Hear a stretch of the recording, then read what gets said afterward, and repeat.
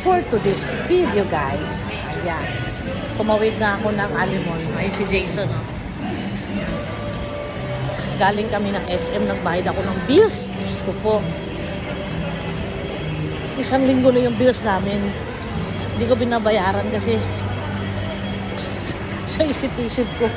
Diyos ko, heto na naman kami. Pero no choice ako, hindi ko bayaran. Dumating na yung notice of disconnection. Ay, Lord. Grabe. Tapos, iniraos ko lang yung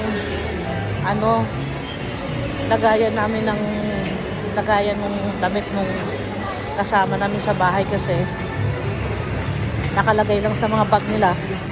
Hindi pa, wala akong extra cabinet kaya binila ko na lang ng Jura box. Buti na lang may nakita akong mura. At least maayos yung damit nila. Hindi nakakalat-kalat na yan.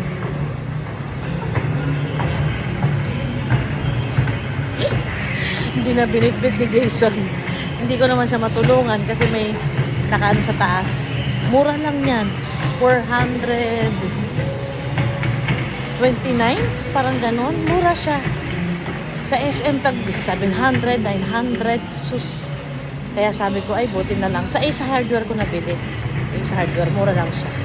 So, malaki pa.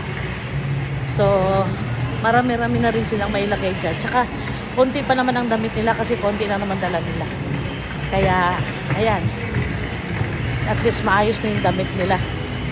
Hindi na yung laging sinasaksak sa bag. Ay, parking fee pala. Ayan. Parking.